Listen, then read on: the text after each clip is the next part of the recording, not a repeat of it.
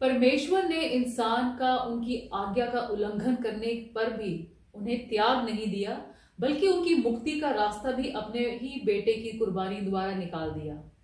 राजा दाऊद अचंभा प्रकट करता है कि परमेश्वर इंसान में क्या देखते हैं कि उसका इतना ध्यान रखते हैं।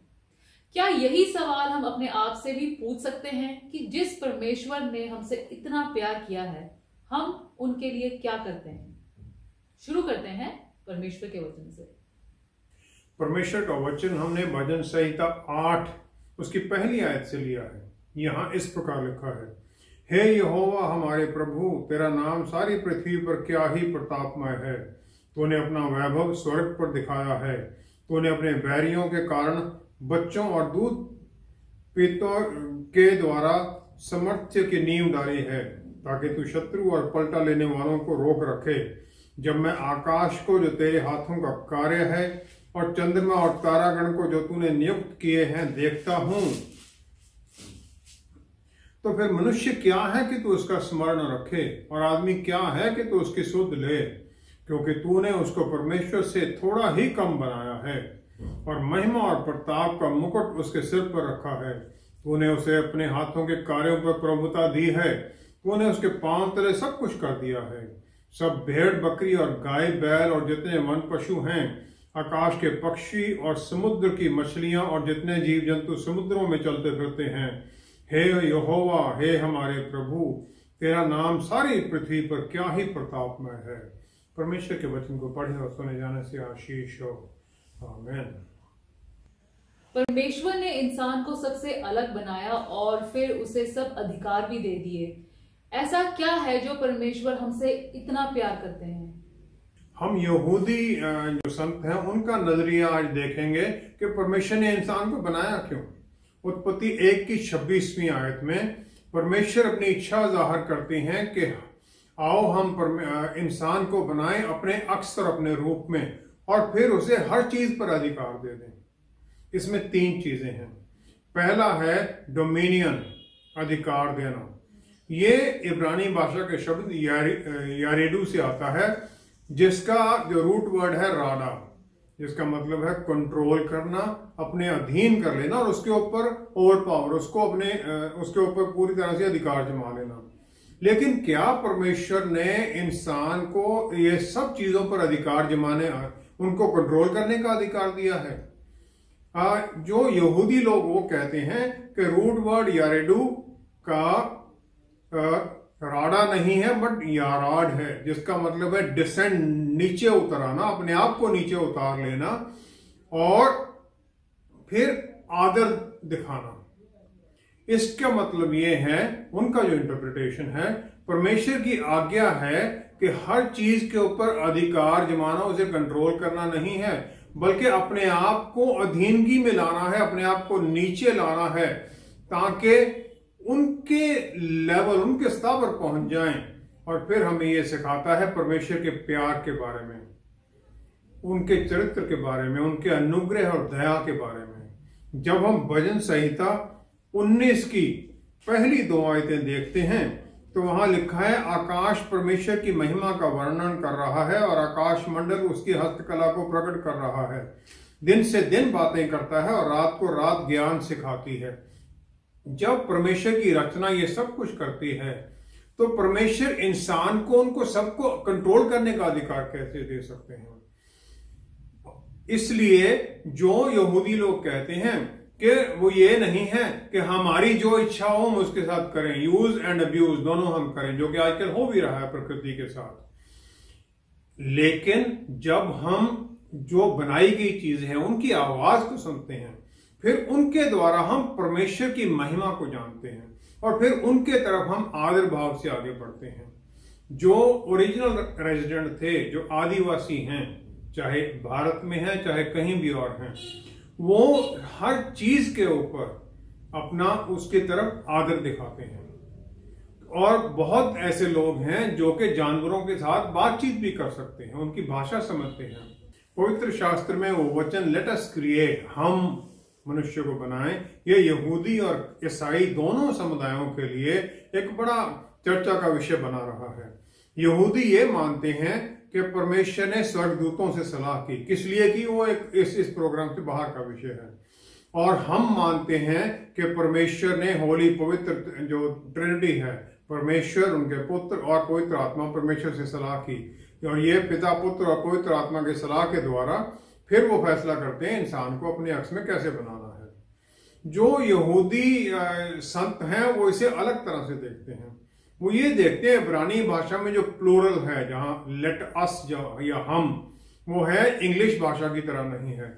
और ये एक भी हो सकता है और एक से ज्यादा भी हो सकता है। और ये जो प्लूरल है ये अल्टीमेट या ग्रेटेस्ट और बेस्ट भी हो सकता है। जब प्लूरल कहते हैं उसको बेस्ट भी कह सकते हैं, जैसे हम हिंदी में उन्हें कहते हैं आदर के द्वारा, इसी प्रकार उसको मानते हैं वो। और इब्रानी भाषा में हर एक चीज या तो मेल है या फीमेल है। और आदम एक ऐसा शब्द है जिसके अंदर आदमी से थोड़ा अलग है, थोड़ा बढ़कर है वो। और जो सेपरेशन, क्योंकि उसमें आदमी और औरत दोनों इकट्ठे थे आदम के अंदर, जो सेक्सेस को सेपरेट किया जाता है जब औरत बनाई जाती है, तो परमेश्वर आदमी को इश कहते हैं आदम को, और औरत को ईशा कहते हैं। परमेश्वर ने इंसान को, यहूदियों के मुताबिक परमेश्वर ने इंसान को अल्टीमेट क्रिएशन का सबसे अद्भुत चीज बनाई, बेस्ट बनाया उसने। और दूसरा है उनकी अक्स और रूप के बारे में। जो इब्रानी भाषा का शब्द सलम है उसका मतलब है इमेज, अक्स, और ये रिप्रेजेंटेटिव है फिगर को। परमेश्वर आत्मा है और आत्मा का अक्स का मतलब है कि उनका जो रूप है, जो उनका चरित्र है, उसे प्रकट करना है इंसान को। उनकी भावनाएं, उनका सोचना, उनकी क्रिएटिविटी, किस प्रकार उन्होंने बनाया, ये सब कुछ प्रेजेंट करना है इंसान ने। इब्रानी भाषा का शब्द है लाइकनेस, रूप, वो है डेमोथ, जिसका मतलब भी तकरीबन वही हो जाता है रिजेम्बलेंस, मतलब समानता आ जानी, जिसमें उसी तरह के एक्शंस होने चाहिए। तो इस प्रकार इंसान को परमेश्वर ने बनाया कि वो उसे हर तरह से रिप्रेजेंट करे धरती के ऊपर। टालमुड, जो यहूदी लोगों की स्क्रिप्चर के ऊपर कमेंट्री है, वो ये कहती है कि 7वें दिन परमेश्वर ने काम करना बंद नहीं किया, बल्कि उसने वो काम इंसान को सौंप दिया आगे, कि इंसान उस काम को आगे बढ़ाए। सबोपदेशक 3रा अध्याय उसकी 11वीं आयत में अगर हम देखें तो वहां लिखा है, उसने सब कुछ ऐसा बनाया कि अपने अपने समय पर वे सुंदर होते हैं। फिर उसने मनुष्यों के मन में अनादि अनंत काल का ज्ञान उत्पन्न किया है। Eternity into the hearts of man, eternity ज्ञान के द्वारा उसके अंदर एक उसने ये भावना डाल दी कि वो भी कुछ बनाए। हम सब ये चाहते हैं कि हमारा नाम सदा तक बना रहे, इसीलिए वो आगे बच्चे, लड़का होना चाहिए, लड़की, वो सब चलता रहता है। क्योंकि पाप का जो रिजल्ट है वो मौत है, तो हम ये चाहते हैं कि हमारे जाने के, मरने के बाद भी कुछ ना कुछ यहाँ बना रहे, और इसी के द्वारा फिर हम अपने जीवन का पर्पस या उसका मकसद या उसका अर्थ ढूंढना चाहते हैं। इस दुनिया का जो ज्ञान है वो हमें कुछ भी नहीं सिखाता है, जो हमारा मकसद है उसके बारे में। और फिर हम अपनी तरफ से अपना मकसद और उसका अर्थ ढूंढने लगते हैं, और फिर अपने ही इमेजिन स्फीयर में हम काम करने लग जाते हैं। लेकिन परमेश्वर की गाइडेंस के बिना, उनके स्वर्गीय प्लान के बिना हम किसी भी तरह से अपने मकसद को उनके मकसद के साथ फिट नहीं कर सकते। परमेश्वर ने हमें फ्री विल दी कि हम परमेश्वर को प्यार करें या ना करें। परमेश्वर सबको सबसे प्यार करता है, जो कुछ भी उन्होंने बनाया, और जो भी उन्होंने बनाया अगर उन्हें वापसी में प्यार करे, जो कि सिर्फ ह्यूमन बीइंग ही है जिसको कैपेबिलिटी दी गई है कि परमेश्वर को वो प्यार कर सके, तो हम ये चुनते हैं कि क्या हम परमेश्वर के लिए स्पेशल बनना चाहते हैं कि हम उसे भी वापस प्यार करें, या उसे हम इनकार करना चाहते हैं, उससे हम परे हटना चाहते हैं।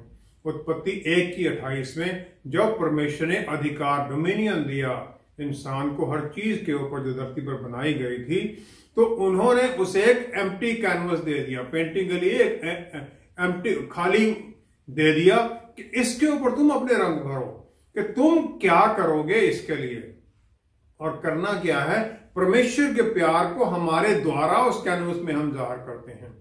पहला यूहन्ना 3 अध्याय 16वीं आयत में लिखा है, हमने इस प्रकार परमेश्वर के प्यार को जाना कि उनके पुत्र ने हमारे लिए कुर्बानी दे दी।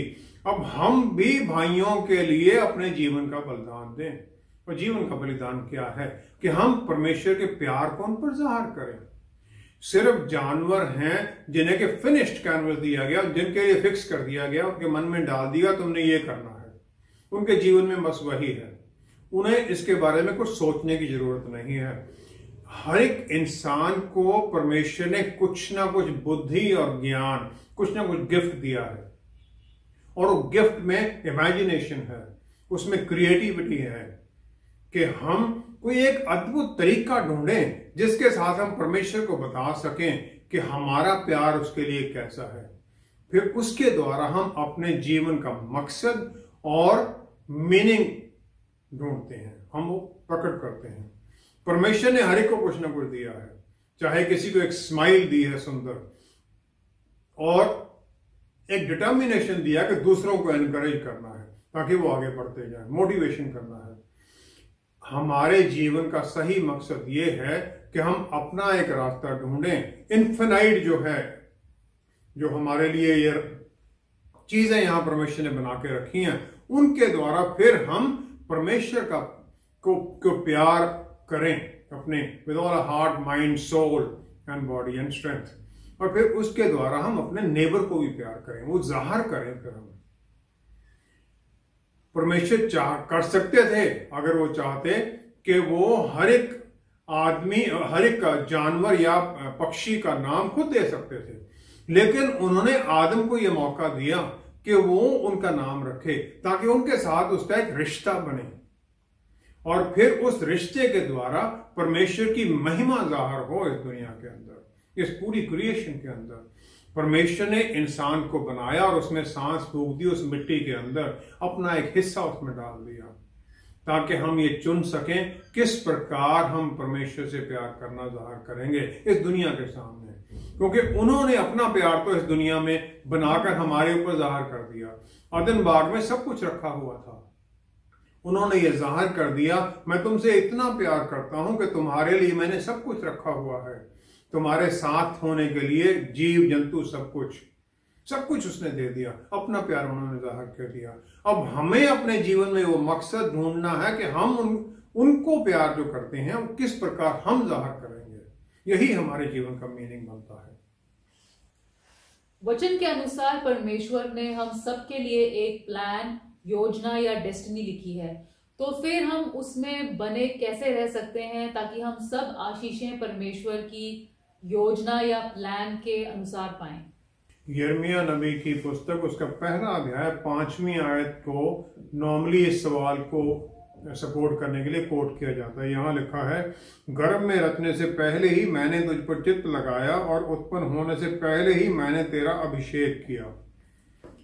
मैंने तेरा अभिषेक किया, मैंने तुझे एक काम दे दिया। जो इब्रानी भाषा का शब्द एस्टोरेखा है, इसका मतलब है फॉर्म मतलब जो गर्भ में डालना है, और ये रूट वर्ड यात्सार से आता है जिसका मतलब है फॉर्म, फैशन या मोल्ड करना, उसको जैसे पॉटर बर्तन बनाता है। तो इसके दो पॉसिबल रूट वर्ड्स और भी हो सकते हैं, जिसमें एस्टोरेखा एक तो है आटसार जिसका मतलब है ट्रेजर, तो इसका मतलब फिर वो ट्रांसलेशन बन जाती है, इससे पहले कि तुम्हें माता के गर्भ में डाला तुम मेरे लिए एक ट्रेजर थे, खजाना थे मेरे लिए एक। दूसरा जो पॉसिबल वर्ड है वो नाटसा, जिसका मतलब है वॉच ओवर, गार्ड या प्रिजर्व करना, उसके ऊपर ध्यान रखना, उसे गार्ड करना, उसे संभाल कर रखना। अगर हम ये देखें तो इस वर्ष का मीनिंग बदल जाता है। वो कहते हैं माता के गर्भ में डालने से पहले मैं तुम्हारी सुरक्षा करता था, नाटसा, और मैं तुम्हारे ऊपर चित्त लगाई, मैं तुम्हारे ऊपर ध्यान रखे हुआ था, मैं तुम्हारे ऊपर I was watching over you. क्योंकि रूट शब्द जो है उसकी थोड़ी एम्बिग्युइटी है, वो क्लियर नहीं है, तो परमेश्वर शायद ये दोनों बातें कहना चाहते हैं। इसका मतलब ये है कि इससे पहले कि हम माता के गर्भ में डाले गए, हम परमेश्वर के लिए खजाना थे और परमेश्वर हमारे ऊपर ध्यान रखे हुए थे। He is watching over us. यिर्मयाह नबी की पुस्तक 29वां अध्याय 11वीं आयत, फिर वो कहते हैं कि मेरे विचार तुम्हारे लिए, मैं जानता हूं मेरी प्लान तुम्हारे लिए क्या है। प्लान तुम्हें प्रॉस्पर करने के लिए, तुम्हें नुकसान करने के लिए नहीं, प्लान तुम्हें भविष्य और एक आशा देने के लिए। आमतौर पर परमेश्वर की प्लान बहुत सुंदर है, आमतौर के हमेशा सुंदर ही है, लेकिन हम उसे सुंदरता समझ नहीं सकते हैं।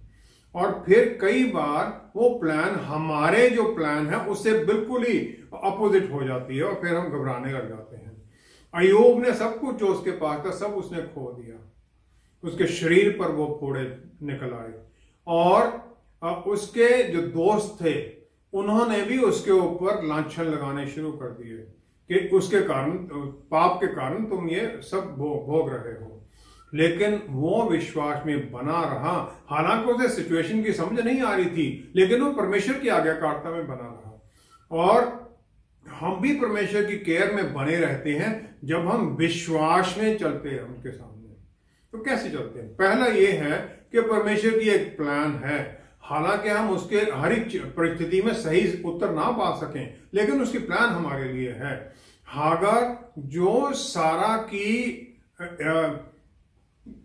स्लेव थी, उसने इश्माएल को जन्म दिया और सारा के कहने पर उसने किया, लेकिन जब वो गर्म हो जाती है, गर्भवती हो जाती है, वो भाग लेती है वहां से, बच्चा पैदा करने के बाद भागती है। उत्पत्ति 21 में 10 से 21वीं आयत में देखें, अब्राहम को सारा कह देती कि हागार को यहां से निकालो, क्योंकि वो उसके पुत्र को नहीं चाहती है। हागार निकल जाती वहां से, पानी खत्म हो जाता है और फिर वो अपने बच्चे इश्माएल को एक झाड़ी के नीचे डाल देती है, क्योंकि वो उसे मरता हुआ नहीं देख सकती है। 18वीं आयत में फिर देखती है कि परमेश्वर उसको सिर्फ पानी ही नहीं देते, बल्कि उनके साथ एक वायदा कर देते हैं कि इश्माएल को एक बहुत बड़ी कौम बनाएंगे। 20वीं आयत में कहते हैं परमेश्वर उसके साथ था, उस बच्चे के साथ, और फिर वो बच्चा बढ़ा और विल्डरनेस में बढ़ता गया, परमेश्वर की आशीषों में बढ़ता गया। हम भी विल्डरनेस में घूम रहे हों, जबकि हमें समझ नहीं आता क्या हो रहा है हमारे साथ, लेकिन परमेश्वर की प्लान खत्म नहीं होती है। यशायाह नबी की पुस्तक 30वां अध्याय 21वीं आयत, परमेश्वर कहते हैं उस समय तुम्हारे कानों में यह शब्द सुनाई देगा पीछे से, यही रास्ता है, इसमें चलो, तभी उसमें बढ़ जाओ, क्योंकि परमेश्वर की प्लान हमेशा चलती रहती है। दूसरा क्या है? जब हम कंट्रोल छोड़ देते हैं तो परमेश्वर की प्लान शुरू हो जाती है। जब हम कंट्रोल कर रहे हैं, परमेश्वर पीछे हट जाते हैं। उत्पत्ति 21 की 15वीं-16वीं आयत में जब देखें, हागर ने डेस्परेशन में, जब वो नहीं देख सकी अपने बच्चे का पानी के लिए तड़पना, तो वो बच्चे को झाड़ी के नीचे रखकर उसे तकरीबन 100 गज दूर चली जाती है और वहां पर फिर वो रोती है। वो कहती है अपने आप को कि मुझे अपने बच्चे की मौत ना देखने दे, ऊंची आवाज में रोती है। जब हमारे बच्चे किसी दुविधा में, किसी दुख में होते हैं, तब हम भी, दुख क्या है, उनके गलत डिसीजन हो सकते हैं, बीमारी हो सकती है, फेलियर हो सकता है, कोई ऐसा डिसीजन जो उनको नष्ट करने की तरफ ले जा रहा है, हम भी कुछ कर नहीं सकते हैं। हमारे पास उत्तर नहीं होते हैं, लेकिन परमेश्वर के पास सदा उत्तर है और हमें सदा उनकी वो स्वर्गीय सहायता का हमेशा आश्वासन मिलता है। अगर हम उन्हें करने दें तो वो हमारे लिए कुछ ना कुछ करने के लिए तैयार है। तीसरा, जिसे हम प्यार करते हैं, परमेश्वर उससे हमसे ज्यादा प्यार करते हैं। 16वीं-17वीं आयत में परमेश्वर हागर की आवाज को नहीं सुनते, उसका उत्तर नहीं देते हैं। वो कहते हैं he heard the voice of the lad, बच्चे की आवाज उसने सुनी। और फिर स्वर्गदूत हागर को पुकारता है कि परमेश्वर ने बच्चे की आवाज सुन ली है। परमेश्वर ने दुनिया में जो पाप में डूबे हुए लोग थे उन सब की आवाज सुनी और अपने पुत्र को भेज दिया हमें छुटकारा देने के लिए, पाप से, मृत्यु से और शैतान से छुड़ाने के लिए। मत्ती 7:11 में परमेश्वर वायदा करते हैं कि स्वर्ग से वो सब कुछ देंगे जब हम उनसे कुछ मांगते हैं, क्योंकि जब हम उनकी तरफ पुकारते हैं, when we cry out to him, क्योंकि वो हमारा ध्यान रखते हैं। जकरिया नबी की पुस्तक 2 अध्याय 8वीं आयत, परमेश्वर जो सेनाओं का यहोवा है वो कहते हैं, जो तुम्हें छुएगा वो मेरी आंख की पुतली को छुएगा। He will touch the apple of my eye, and not only I but all that he is given me is important to him. सिर्फ मैं ही नहीं, जो कुछ उन्होंने दिया, मेरा परिवार, सब कुछ उनके लिए महत्व रखता है। चौथा है, परमेश्वर के जो वायदे वचन में हैं वो हर परिस्थिति में, कैसी भी परिस्थिति हो, उसमें लागू होते हैं। जिस प्रकार इजरायली लोग विल्डरनेस में पुकारते हैं, जब वो तकलीफ में होते हैं, छोटी छोटी बातों में परमेश्वर पर विश्वास रखते हैं, लेकिन जब कोई बड़ा क्राइसिस आता है तो वो शक में आ जाते हैं। वो what if attitude, what if अगर ये ना हुआ फिर क्या होगा, वो उसमें आ जाते हैं। और फिर हम भी जो आउटकम है, रिजल्ट पहले देखना चाहते हैं, इसका रिजल्ट क्या निकलेगा, हम पहले जानना चाहते हैं। उत्पत्ति 16 में सारा की मेड जब वो गर्भवती होती है तो वो सारा से ईर्ष्या करने लगती है, उसको अच्छा नहीं समझती हो, और सारा उसको ट्रीटमेंट गलत करती है, वो भाग जाती है। 9वीं 10वीं आयत में परमेश्वर का दूत उसे कहता है कि जो उसके उत्तराधिकारी होंगे परमेश्वर उन्हें अद्भुत तरीके से बढ़ाएंगे, और लेकिन उसे सारा के पास वापस जाना है। जो उसका पुत्र इश्माइल था उसका नाम भी स्वर्गदूत वहां देता है। हागर इस वायदे को पकड़कर परमेश्वर के इस वायदे में इश्माइल का एक भविष्य के बारे में जो कहा गया उसके बारे में मानकर वो चल सकती थी, लेकिन फिर भी वो रो देती है, अपने बच्चे को मरता हुआ नहीं देखती, वो भूल जाती परमेश्वर ने उसके लिए क्या कहा है। 2 कुरिन्थियों 1 अध्याय 20वीं आयत में हम डाउट में डिस्करेज हो जाते हैं और फिर हम आशा को, परमेश्वर की बातों से इनकारी होने लग जाते हैं, जबकि परमेश्वर का वायदा उनके पुत्र में हाँ है, और हम उनकी महिमा करते हैं आमीन कहकर कि हाँ जो आपने वायदा किया है वो मेरे लिए हो गया है। परमेश्वर का वचन यही कहता है। 5वां है, हमारे साथ है परमेश्वर और हमारे भीतर हैं। यशाया 59 की 21वीं आयत अगर हम देखें तो जो परमेश्वर का प्रोफेटिक प्रॉमिस है वो कि वो अपना आत्मा और उनके वचन वो हमारे मुंह में डालेंगे और हमारे ऊपर उड़ालेंगे और वो हमसे अलग नहीं होंगे। यूहन्ना 14:26 में प्रभु यीशु भी यही वायदा करते हैं कि तुम्हारे लिए सहायक पवित्र आत्मा परमेश्वर आएंगे जो कि तुम्हें सब कुछ सिखाएंगे और मेरी बातें तुम्हें याद कराएंगे। ड्यूटरोनॉमी व्यवस्था विवरण 31 उसका 6ठी आयत जब हम उसमें देखते हैं तो परमेश्वर का वचन है, तू हियाव बांध और दृढ़ हो, उनसे ना डर और ना भयभीत हो, क्योंकि तेरे संग चलने वाला तेरा परमेश्वर यहोवा है, वह तुझको धोखा ना देगा ना छोड़ेगा। वो ना छोड़ेगा ना धोखा देगा। जो जायंट्स हैं हमारे जीवन में, जो हमारे सामने मुश्किलें आ जाती हैं, उनमें सहायता करने के लिए परमेश्वर सदा है हमारे साथ। और जब हम परमेश्वर के इन वायदों को याद करके चलते हैं तो फिर हम विश्वास से और जोश में आ जाते हैं, क्योंकि मैं और परमेश्वर के लिए एक बहुत ही अद्भुत प्रेशियस हूं उनके लिए। फिर मुझे पौलुस रसूल का और रोमियो 8:32 का वायदा आज याद आ जाता है कि जिसने अपने पुत्र को ही नहीं छोड़ा, हमारे लिए भेज दिया कुर्बान होने के लिए, उस पुत्र के साथ हमें और बाकी आशीषें क्यों नहीं देंगे। फिर मेरे मन में वो आ जाता है। फिर फिलिपियों 4:6 में इन वायदों से भरा हुआ मैं अपनी चिंताएं अपनी प्रार्थनाओं और सप्लिकेशंस के द्वारा धन्यवाद सहित उस परमेश्वर के सिंहासन के सामने रख देता हूं और इस विश्वास में आ जाता हूं कि वो मेरे साथ हैं, और जो भी मैं तकलीफ सह रहा हूं वो उस तकलीफ को ज्यादा सह रहे हैं, उन्हें ज्यादा दुख हो रहा है। और फिर मुझे इसके साथ एक विश्वास आ जाता है कि जो भी जायंट, जो प्रॉब्लम मेरे सामने है, ये प्रॉब्लम का हल भी साथ है। इस लड़ाई में जीत परमेश्वर मुझे देंगे ही। इस वायदे में फिर मैं स्थिरता में आ जाता हूं। जब परमेश्वर हर एक विश्वासी से इतना प्यार करते हैं तो फिर हमें किसी भी आशीष को पाने के लिए इतना इंतजार क्यों करना पड़ता है? यशायाह नबी की पुस्तक उसका 30वां अध्याय उसकी 18वीं आयत में लिखा है इसका उत्तर सवाल का। तो भी यहोवा इसलिए विलंब करता है कि तुम पर अनुग्रह करे और इसलिए ऊंचे उठेगा कि तुम पर दया करे। वो वेट करते हैं कि हम पर वो दया करें। मुझे बाइबल दी गई 1978 में, मैंने उसको पढ़ा ही नहीं और मैं अपने कामों में लगा रहा। परमेश्वर वेट करते रहे कि कब मैं उनकी तरफ मुड़ूंगा। सालों साल निकल गए लेकिन वो वेट करते रहे। इसी प्रकार प्रकाशित वाक्य उसका 3रा अध्याय 20वीं आयत में प्रभु यीशु कहते हैं, मैं खटखटाता हूं दरवाजा, जो खोलेगा मैं उसके साथ भोजन करूंगा। आत्मिक भोजन हमसे शेयर करना चाहते हैं, अपने जीवन को, अपनी आशीषों हमें देने चाहते हैं। यशायाह नबी की 40वां अध्याय 31वीं आयत वो लिखा है, जो परमेश्वर का वेट करते हैं वो नया बल पाएंगे। और जो ये वेट शब्द है ये है बाइंड कर लेना, अपने आप को रस्सी की तरह बांध लेना, छोटे छोटे तंत्र को बांध लेना परमेश्वर के साथ। जितना मैं अपने आप को परमेश्वर के साथ बांधता हूं उतना मुझे वो बल मिलता रहता है। परमेश्वर हमें हर तरह के रास्तों पर चलने की इजाजत देते रहते हैं, वेट करते रहते हैं, और फिर जब सही समय आता है, जब हम उनकी तरफ मुड़ते हैं, फिर वो हमें हर तरह से छू लेते हैं।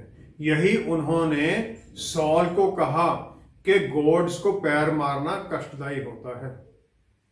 परमेश्वर का प्यार है कि वो हमारे लिए वेट करते हैं। रोमियो 5 की 8वीं आयत में लिखा है कि अपना प्यार उन्होंने अपने पुत्र के द्वारा जाहिर किया, जो कि हम जब पापी थे तभी उन्होंने हमारे लिए कुर्बानी दे दी। और अगर परमेश्वर वेट ना करे, एक टाइम पीरियड हो, मैं इतने से इतने तक वेट करूंगा, 1 साल 6 महीने व्हाटएवर, तो फिर मेरे जैसा तो कभी उनके पास आता ही नहीं। हम आनंद मनाएं उनके प्यार के लिए, उनके अनुग्रह के लिए, उनके दया के लिए, और फिर हम उसको रेसिप्रोकेट करें, हम उसका फिर उत्तर दें प्यार के द्वारा। हम इस गिरावट की परिस्थिति में हैं और इस परिस्थिति से भी हमें उनका धन्यवाद ही करना है, क्योंकि वो हमें अपने लिए आंख की पुतली से भी ज्यादा समझते हैं। जो कोई हमें छुएगा उनकी आंख की पुतली को छू रहा है। हम उनके लिए एक ट्रेजर हैं। आइए हम प्रार्थना करें। पिता परमेश्वर, हम आपका धन्यवाद करते हैं ऐसी अद्भुत आशीषों के लिए। प्रभु, हम भटक जाते हैं, डर जाते हैं, पवित्र आत्मा परमेश्वर द्वारा हमें स्थिरता में बनाए रखें, ताकि हम आपके उस प्यार का प्रगटावा आपकी तरफ और इस रचना में पूरी दुनिया की तरफ भी प्रकट करते रहें अपने कामों के द्वारा। हम प्रभु अपने कामों से आपको प्रसन्न नहीं कर सकते, प्रसन्न तो आप हमसे हैं। हम उस प्रसन्नता में आगे बढ़ें और दूसरों के लिए आशीष का कारण बने। पिता परमेश्वर, धन्यवाद सहित सब कुछ आपके प्यारे बेटे प्रभु यीशु के पवित्र नाम में मांगते हैं। आमेन, आमेन, आमेन। परमेश्वर ने इंसान को बनाने से पहले ही अपना निश्चय प्रकट किया और उससे पहले ही सब कुछ उसके लिए तैयार करके रख दिया। उनके प्यार का ही ये फल है कि उन्होंने अपनी नजर में हमारी इतनी ऊंची कीमत डाल दी कि अपने बेटे को ही इंसान बनाकर हमारे लिए कुर्बान होने के लिए भेज दिया। हम उनका धन्यवाद करें और आनंदित हों। Thank you so much for watching. See you next time. Stay blessed. Shalom.